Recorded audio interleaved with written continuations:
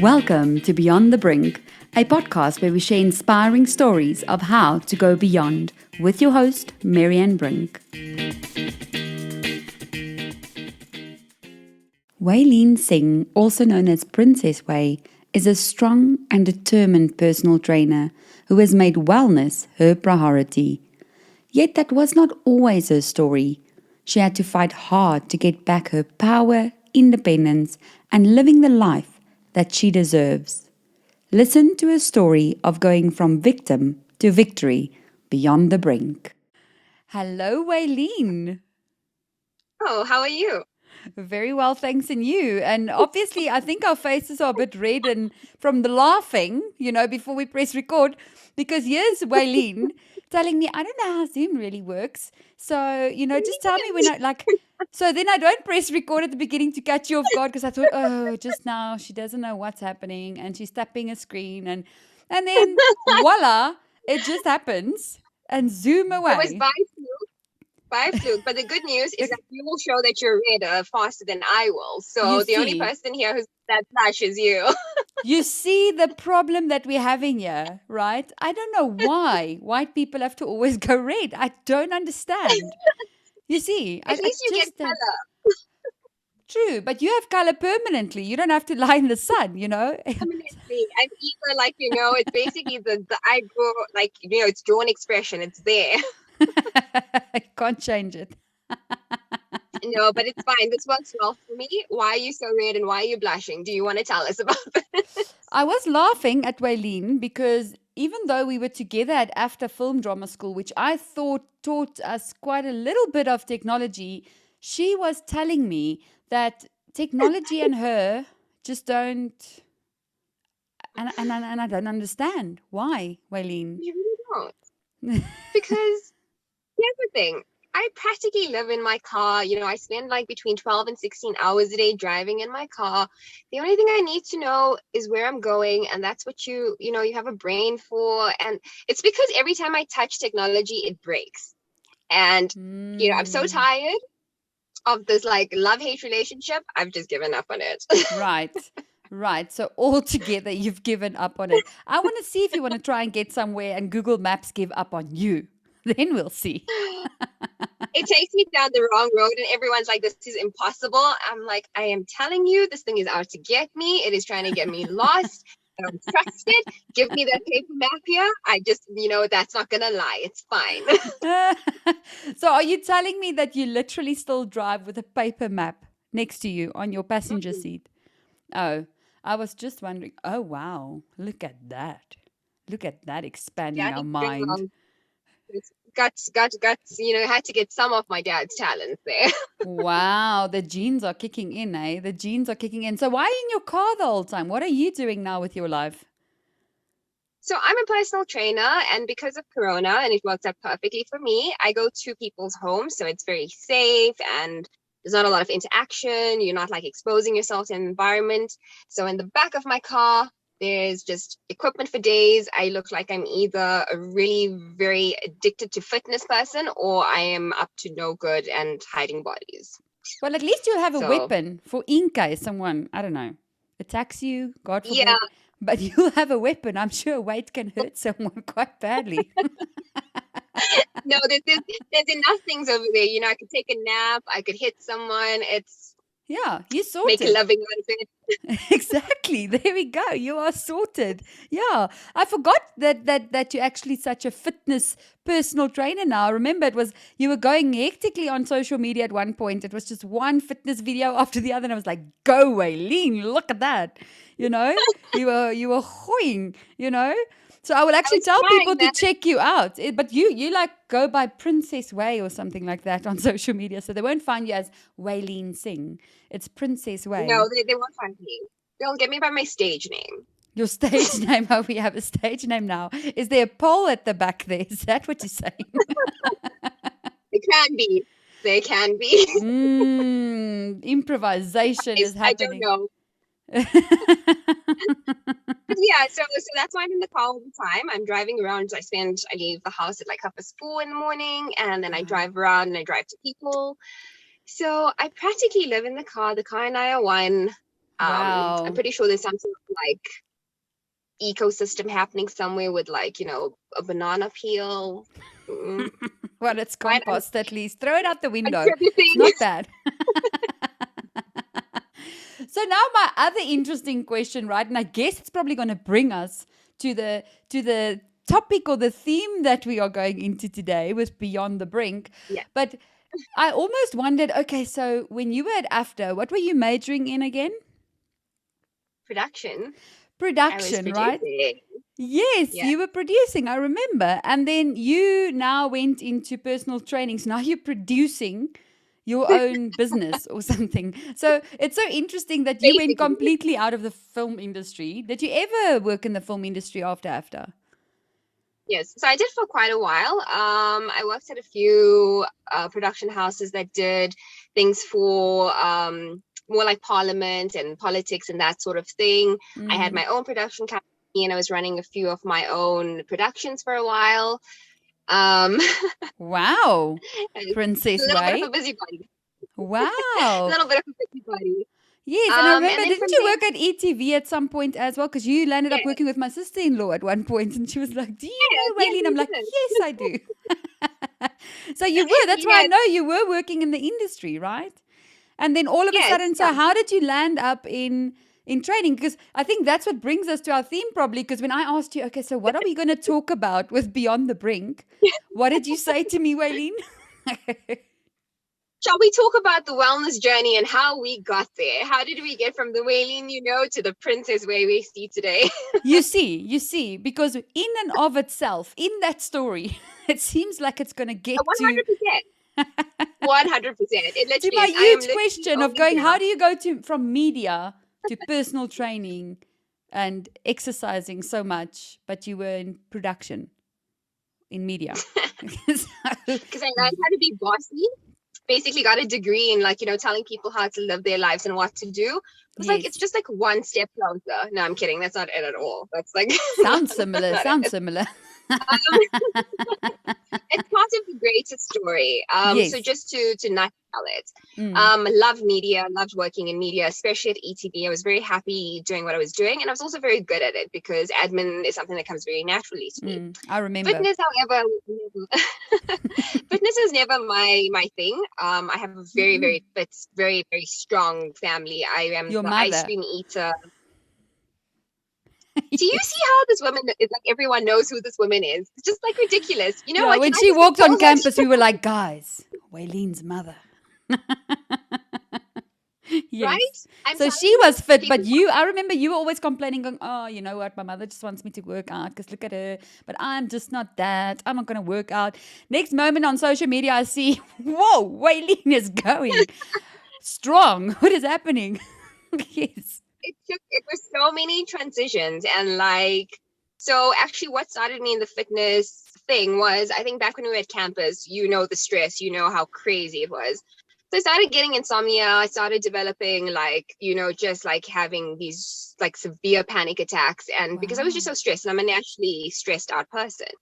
And so my brother took me to this MMA gym and to this day, it's like what, 15 years later, I call it Mm. home. I don't get to go often, but it is probably the only reason I am still sane. Wow. So it was more than just the exercise. It was actually just developing into someone who was mentally sound, which I'm not saying Mm. that I am, but but it was just the coach at this gym, he was just amazing in terms of getting me to just focus and calm down and actually like Mm. channel my energy into something else. And the first thing I said to him when I got there was like, I don't do push-ups and I don't run. It's just not going to happen. Cool. First exercise, run. Next exercise, push-ups. And I'm like, well, I said that I don't like that. And his thing was basically, that's life. You will Yes. always have to do the things you don't like. And that Mm. was probably the beginning of it. And so I took the fighting side of it very, very seriously. That was the thing that I loved. I didn't see it as exercise. I saw it as just being strong. Everyone's always like I always felt like a damsel. I wasn't strong like my mom. I wasn't, I'd be like, oh my God, this heater is so heavy. The little heat, I can't move it. I So remember. So it I was was getting like, that. That's why I was shocked. I was like, I have to find out, how did Wailene land up with doing the stuff that I see she's doing on videos. So that was the beginning of it. And that became my escape from like day to day kind of craziness and stress and drama. But that was still when my life was very normal, you know. Mm, So my dad was very strong foundation in my life. He passed away, and I mean, there's nothing else to say other than my life went mm, rough. mm. Um, I didn't know insurance existed. I didn't know you had to pay for your own petrol. I didn't know that everyone Wow. got a petrol card. Like I thought it was just like you get it, you know, like you wake up one morning and it's your petrol card. Like, you know, all of these things you take for granted because Wow. mom and dad are sorting it out for you. And at that time I was 25 and I What? was Wailene. That is Princess Wai at that point.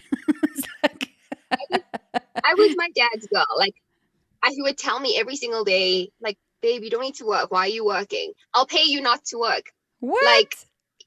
it was so I was that like protected, that sheltered, that spoiled, that you know, like I didn't have a real sense of what the real world was like because they worked very hard to create this for me. Yes, but now this makes me wonder because I thought, okay, when you were saying after stress, I know the reason, for instance, I was stressing was because I had a student loan that I had to pay myself, that I had to go to a restaurant every night at work to try and get that, and then petrol in my car. And then I got so irritated when we got like moved from one set to the other. And I'm going, do you know that it takes petrol? So I was wondering now when you were saying stress and anxiety, I thought, okay, because fine, the normal kind of usual, I think, student stresses of you out of the house first time, kind of you have to make your own way. And now you're saying your dad kind of took care of everything. So do you think that's why the stresses of AFTA in a way was over exaggerated for you in a way that because you're used to maybe being looked after and then after it was like, you're on your own.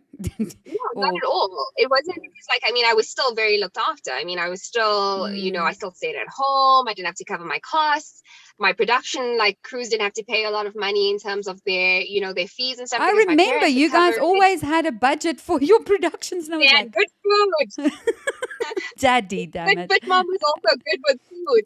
So all of that stuff, Wow. it wasn't that. It was because I'm very pedantic. And so I Mm, don't know if you remember at the time, I was always on a lot of productions and I was always yes, working back to back. yes. So, and because I'm so obsessive, I wouldn't like sleep. I would like Uh, be working on this and I'd be doing the next thing. And I'd like, you know, I was very fixated on like being as good uh, as I could possibly be. okay. So So it you were wasn't very ever hard on yourself in a normal. way. Yeah. Yeah. Yeah. And I mean, it was a lot of work. It's a lot of Mm. paperwork. It's a lot of Yeah. admin, Yeah. That's but why I it was didn't choose completely, it was production, that stress, yes. right?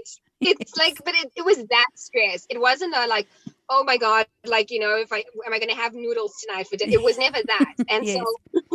that's why that stress was all I ever knew. Mm. Even when I started working, I worked because I like working. I'm Mm. addicted to that drive. Mm. But it was never a case of like I had to until it Mm. was. Ah. Okay. And that was Yeah. when your dad passed away, right? Then you had to. Mm. Well, yeah, I mean, like my dad's passing away wasn't as simple and easy as, you know, okay, passed away, let's sort out this. There was a lot of drama involved in that. There was a lot of like family drama, not within my close family, like his Mm. extended family. Mm. And it basically became like days of our lives, except I wasn't Wow. getting paid to star in it. And I didn't like that, you know? And it became very dramatic. And suddenly there's like very sheltered 25-year-old who thought that the world was, you know, this wonderful, bouncy rainbows and sunshine place. Mm. I was like, what? People really do kill people out here. Whoa, that's a thing. And it's I hear it now and I hear how naive it sounds, but Mm. you know, it's honestly that was literally where I was at that point. I Mm. was so surprised. It's real and there's a whole bunch of things going on.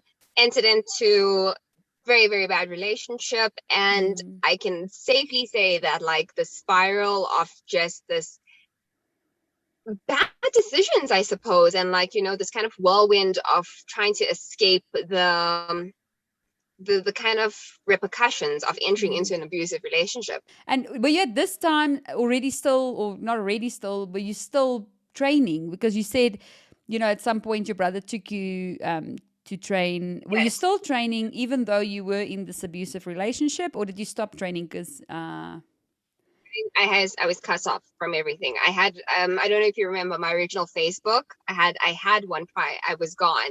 Yeah. Nobody knew who I was, nobody heard from me. Any trace of my old stuff was removed, and By I him. was, yeah, Wow. yeah, How does that even yeah. It was happen?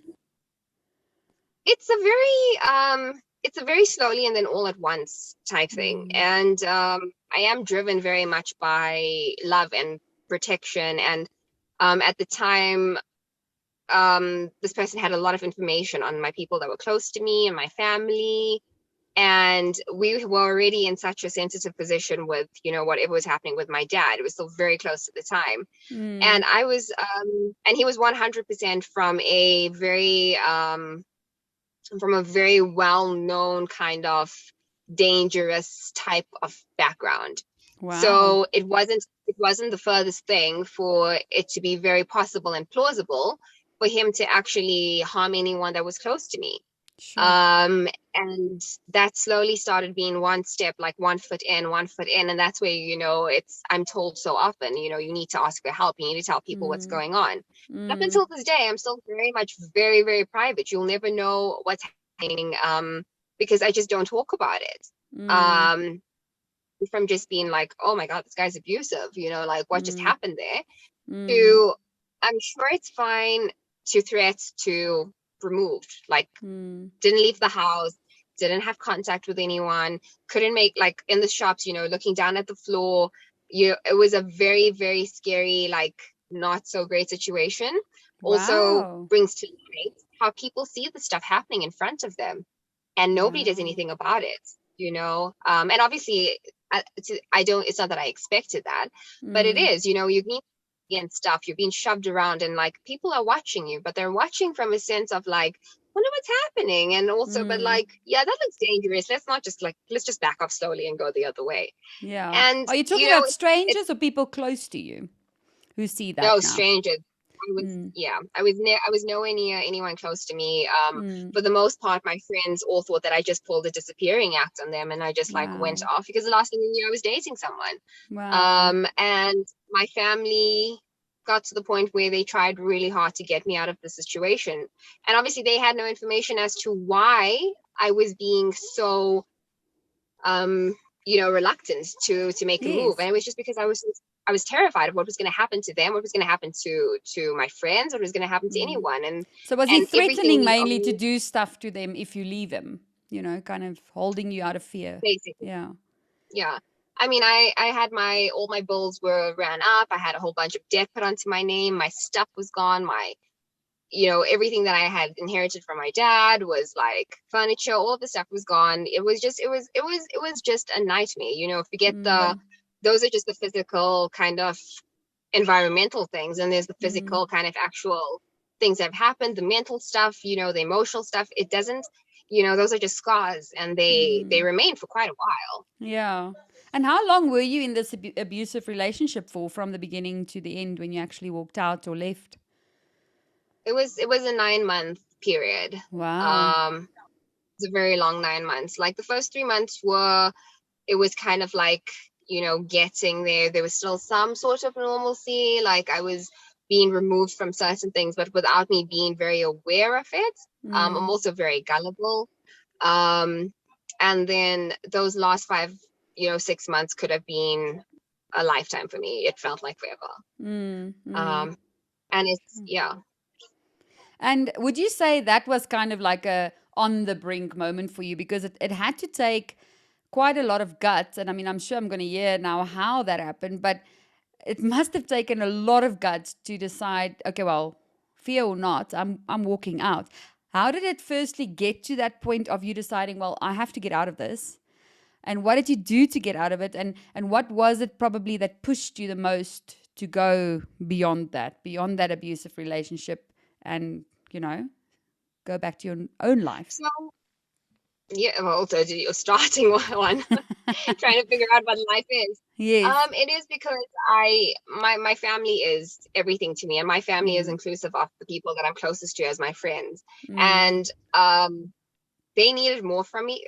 than what was Mm. happening. Mm. And I needed to figure out, and I knew it from the moment it kind of started happening. The first thing that happens, and I am very much an empath, if one, like, kind Mm. of goes with those kinds of things. It was like, I can fix, I can change. But when I Mm. realized how dangerous it was, and I was exposed to the greater circle of his, and what actually was happening underneath, Mm. that was it for me. It was like, I remember the day, and I remember the moment, and I Oh, remember wow. being like, So it was a girl, proper moment that you can remember. It didn't just, there was a moment. What was that it moment? was a moment. He had been out partying. He came back really, really like smashed. I wasn't allowed to leave or go anywhere really. And I was just like yanked out of the bed and like manhandled, and he was just saying the most insane things. And I just like, I think I blanked out, because I am very much that person where logic kicks in and takes over, and I'm like, cool, what we need to do, so here's the door, this is where this is, that's where that is, but if we do that Mm. now, this is going to happen. Cool, we can't do this right now, long term, cool. And that was my way of disassociating, I guess, from what was happening in the moment. So I Mm. wasn't really feeling and experiencing that. I Mm. was concocting a plan, Mm. in An that. escape route. And was, yeah, and it had to Mm. be like, I Mm. mean, it's by very likely that I dramatized the whole thing, and it wasn't going to be as dramatic. But Mm. with what I had seen at that point, it wasn't something I was going to risk. Mm. It wasn't like I was the world's like strongest person and I was going to do anything. It wasn't like my family was in a position to, defend themselves amongst an entire, gang of people. It wasn't Mm. anything like that. And so I was not going to let anything happen to the people I loved and cared about, Mm. even to the extent people that who lived in the complex that I lived in, who were always like very, very afraid of this guy. Mm. I didn't want anything to happen to anyone because of my bad decisions. Mm. And so I remember it, and the decision was that we're going to do this with as little, um, you know, any no catastrophe, no casualties. Mm. If there's going to be a casualty, unfortunately, it's going to be you. But this is what we're going to do. And it literally took me about 4 months of planning, because I had no cell Wow. phone access really. I had no, contact with anyone. It took a long time for me to plan my route. And Mm. the thing is about it is that obviously there's still an emotional part that's connected to this, is that break of Mm. emotional. And Mm. it wasn't an in love emotion. It was, I can save you. Like, Mm. you don't have to, Oh, is that what it was? You you know. thought that you could change him, you could save him. Yeah, you wanted to do that. Yeah. And so the just like getting out of there, and like, first you can't just like get out and then have a normal life. They're gonna find you. And it Mm. was very much like that. It was a like, I'm gonna find you type thing. Mm. But there was also the like, but I am someone who, and it is something I'm working on, is I need closure. I Mm. need to understand. I need to know. So I don't want to leave someone like that, despite anything, with me just Mm. like disappearing poof and not having a reason, because maybe Mm. that reason would help the next person who entered into a relationship with him. Maybe he would like, it would stop him, or maybe it would like, hold him back a little bit. And Mm. obviously it's all very, still in the clouds, but that was the Mm. thinking at the time. Yeah. And I don't think that I think any differently from that. For me, it was always like, there will be someone else. There's going to Mm. be another me. Mm. And what can I do to make sure that this next me has a little bit of help? Mm. Um, And do you think that you managed to do that? Because that's the funny thing, though. I mean, with a few women in my life that I've now, come into contact with, that has been in abusive relationships, it's kind of almost the same story, always just different scenarios. But it's always, you think you can save him, you think you can change him, you think you can, or help the next person, or stop him from doing it to the next person. And would you say that you've done that, or would he just be him, and would he just carry on the way he's, you know? I think the thing is, and this is a sad part of it. And I mean, I have had like a couple of abusive encounters after that, because Wow. because I'm attracted to broken. Mm. Um, and it's my desire to, again, it's the fix, and it's Mm. not a good thing, because it actually does stem from some sort of ego, Mm. that Mm. you can fix this, and it's Mm. not a good thing. Mm. But having met the family and having viewed what the interaction was between him and his dad and Mm. his mom, dad and his dad's dad, And like it was these like generations of this mounted on abuse. And I saw it happening with the next generation and what was going to happen. It was almost nearly impossible that he was going to be anything other than what he was. And the way he was, you know, and I think he would always be him. I think that maybe he would be more aware of, you know, what he was doing or why, because it was almost like, as easy as it is for me to react to like something landing me and be like, oh my God, get off me. That was as easy as his reaction to become abusive. And it got to the point where it was consistent. It was like he couldn't. And so I don't believe that I made it any better. I do believe that I tried, but you see this history and you were like, it's generations. It has to take something catastrophic in their own family to change that. And in the end, you know, you have to save yourself. You have to think about yourself. You can't be there saving him and trying to change him. In the end, you come first and you have to, you know, be the best you can be. You can't really help someone else be better, you know. And that's what I find with a lot of abusive relationships is it's usually the women that are trying to save them, trying to fix them, trying to think that they can make a difference. And it's a very great intention. It's beautiful. But it rarely ends well. And what was interesting for you to now say that it took you 4 months before you could actually get out, that is what's interesting, because I think a lot of people need to kind of know that when they in an abusive relationship. I don't think it's an instant thing. You know, yes, if you have resources and you have somewhere to go, and yes, sure, get out. But for most women, it is not like that, you know. And I saw that even in this lockdown with a lot of groups of women, you know, on Facebook that were stuck in abusive relationships. And that's the thing. It's easy for a normal woman to just tell another woman, but just get out. You know, if you've had enough, it's not that easy. And I think it's very important to get that escape route, to get that exit plan, to put your stuff in place so that when the time comes, you know, you got your planning done. You've kind of prepared for this. And I think it also mentally and emotionally prepares you, doesn't it? You know, over that period of time of planning the exit. It does. It's exactly that. It's like you say with this lockdown situation. I mean, that was something that was so scary to me. And I in no way believe one of the worst situations ever. If anything, I think that I had it like, you know, it was manageable. You know, I'm alive, I'm kicking, I'm here. But there are people who are like in a lockdown situation, you have nothing you can do. There is no planning. Because you have there's no time for you to go find a cell phone. There's no time for you to do anything. No. So what do you do? Yeah, you just stay in this abusive, like, cave the whole day. And it gets worse and worse. You know, it's exactly. So it was, so, you know, it was testing the waters out. It was as simple as like just putting a couple of things in a bag for emergency case and getting that found and being like, hell breaks. It was like, okay, cool. So this is really watching you. Right. Cool. Bank accounts are being watched. This is being watched. And the problem is that these people are able to do what they do because they have so many contacts in place. So my bank accounts were compromised. My cell phone stuff everything was compromised. And it's all the stuff that, like I say, it's like days of our lives without getting the cool paycheck and the celebrity stuff, you know? But there are these things in place where people have access to this stuff. And, so without having to have saved and like hidden stuff, like stash of money, had his mom them clear out this money that was stashed. And it was just like every single time you were getting so close, something was happening. To break the cars on purpose so that I wouldn't have a separate vehicle, you know, and it took a lot of time. And my God, like it took a lot of love from people who hadn't heard from me for such a long time. They didn't know what was going on. I reached out to someone who's such a good friend of mine in Cape Town. And I reached out like via another email. He contacted my mom trying to find out. And my mom knew what was happening by that point. And she changed the name and she's like, this, you know, Stacy's trying to get a hold of you.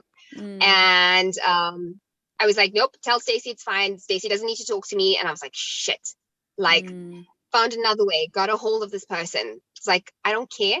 There's a ticket waiting for you. Go and pick it up. Get on that flight. Get here now. Had no reason to, didn't have to, didn't ask me questions, didn't like, you know, give me the logic, didn't give me the, you know, it because it's the last thing you need. Yeah. You don't True. need, you don't need to get, you don't need to be like, but are you sure it's really bad? Okay, but Mm. why don't you? There's no time. Mm. Mm. And it was stuff like that that was actually like, it got me to where I needed to be, got me to safety. Mm. Fortunately, I had formed enough kind of, just reliability. And like, I Mm. got the job like the next day. I sent out a mail when I was out of there. I mailed the person who hadn't heard from me, who I'd worked with at ETV before my dad passed away. Wow. It wasn't like I was the best friend to her. She was like, I don't know what's happening. This place here, come here. Wow. And I was taken care of in seconds. And the thing wasn't that I couldn't go to my family. It was because Mm. he would know I was there. So I Mm. had to start this whole new life in Yes. secret. Yes. Yes. Yeah. Wow. And then getting out from that and building and rebuilding your whole life, because now you had to rebuild your whole life. Is that how you almost got back again into your fitness routine? And was that a way of coping, or was it almost, I mean, for a lot of women, I think of that movie Enough, which I love because I always lived through it. Like, That's you know, exactly it. yeah. Love So was it that kind of thing for you? Like, listen, yeah, I'm going to make myself it. strong enough that if I ever have to protect myself, I will. Or was it more, again, a mental coping thing? What was that drove you back to fitness again after that? Um, it was so the reason that I survived the physical aspects of it was because of the training that I had had. Mm. I purposely never took him on because if the moment came where I had to actually stab somebody with something, because there were knives, there were guns, there were all of these Mm. things. If the moment Mm. came, I wouldn't do it. I couldn't do it. Mm. You'd like it wouldn't happen. And so I never Mm. confronted. I Mm. did know how to protect. And I Mm. was never, whether there was like cracked ribs or cracked this or cracked whatever, I was Mm. never in a position where I was completely defenseless. Mm. And that is a physical game as much as it is a mental game. And that is something Mm. I learned from this gym, was that just because Mm. you feel like you're strong enough to attack doesn't mean you have to. Yeah, And if that's a someone's good thing. saying this, Mm. if his thing is like, I'm strong, I'm stronger than you, I got you, I got Mm. you, I got you. Cool. Why would I Mm. want to tell you what I'm capable of or what I'm hiding or anything? Because I'm just giving away that. And Yes. that was where this thing for me became so important about like, I can get through this. I've been Mm. trained for this. Like, I've Mm. been trained for professionals, not for thugs. So what's a thug? Like, Mm. and it instead of getting through it. And I was so grateful. Like, even as a kid, my brother was always like, we'd always play fight and that kind of thing. Mm. And once I was out of it, it became so important for me to try Mm. and show that strong wasn't always about aesthetics. And it Mm. wasn't also only like, oh yeah, I'm a strong, powerful, independent. Like, I can't go kill someone now if I wanted to. But what I can, you know what? I'll give you a good run for your money at Yes, the very yes. least, and it was that. It was like this mindset Mm. of like, okay, but we don't have to go do booty hops all the time just to get a Mm. like rounded butt. Let's be Mm. functional. Let's find Mm. ways to be functional. If it's instead of carrying one grocery bag, let's carry 10, Mm. and it was getting to the point where you're never left in a situation where you're either dependent Mm. physically, mentally, financially, and also that you never feel like you're weaker because you're not. Mm. It doesn't matter.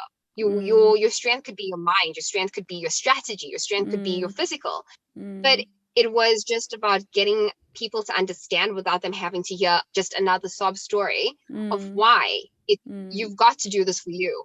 Don't Mm. do it for the aesthetics. It's going to come as a bonus. Do Yeah. this because you've got to be functional. Somebody Yes. will need you. Yes. Be Yes. functional. Yeah. Yeah, I like that. I like that. Wow. Wailene, That's how we Princess got to Wai. the car. Exactly. And if you look at that, I mean, I've heard a few lessons in between this and things you kind of grabbed onto that were your strengths to get through it. But your main lesson that you took from that experience, what would that be? If you had to point out one. I think it's probably the anti-victim mentality. And I Mm. think it's something that I through, today is that because you're in a situation where somebody is doing something to you that you don't deserve, didn't ask for, shouldn't be happening, or whatever. I made the decision to be in that relationship. I am still in control of where I am. Mm. And that is one thing that you can't take away. We all not Mm. all, sorry. Like the thing is, most people want to shy away from accountability and responsibility, but that is Mm. your biggest tool, is the fact Mm. that you are responsible, you are accountable, and nobody can take that away from you. Yeah. And it remove you from this like feeling of being weak and a victim, and like just being like, okay, but silly, you did this, you chose this, cool, let's get out. And I think that's such a big thing for me, is to continue living that way and to take as much accountability and responsibility for it, to remain empowered, I suppose. Yes, yeah, to take your power back, because I think the moment that you do not take responsibility, that's when you give your power away, you know. But at the moment you 100%. are accountable and responsible for it, that's when you actually have the power to do something about it, you know. It puts the ball back in your court, you know. So as we've now shared this wisdom of your amazing journey of going from what is it that you call the damsel in distress, Wailene Singh after, to being looked after very well by your dad, to having to go through his passing, through having to figure out life, and then being in an abusive relationship, and then having to get out of that, and then actually starting your life eventually, and then actually starting your own business to do personal training and equip other people to be strong physically, mentally, emotionally by working out, you know, which we all know is good for us. What would be, if I had to put you on the spot now and say, if Wailene Singh or Princess Wai had to have a quote, what would that be? My thing has always been no excuses. Ah, It's always no excuses. that's why you're a personal coach. A personal trainer. That makes sense. No excuses. I don't like push-ups. Okay, well, no excuses. No excuses. And I have excuses all the time, but the truth is they don't get you anywhere. It's no excuses. I mean, it's always, you know, it's as simple as that. Like, Yeah. there isn't an excuse. Yeah, no excuses. I like that. I like that. And I really, really appreciate you sharing your story with me. If you talk about it, it loses its power, don't you feel? You know, the more you talk about it, yeah. It's a growing experience. You know, I learned a lot about myself. It's an opportunity to become a better human. And I think you having this platform and giving people the ability to do that, it's both, you know, empowering, but it's also healing. So you're kind of like seeing, you know, both sides of it. And I think that's a really amazing thing. Thank you, Wailene, Princess Wai. I'll take that. Thank you. Thank you, Wailene. I will leave you to go train some people, make them strong, and live out your dream. Thank you so much. Bye. Thank you. Bye. Thank you for listening to Beyond the Brink with Marianne. If you have an inspiring story or you know of someone who has one, please contact me. You can find me on social media such as Facebook or Instagram, or email me directly,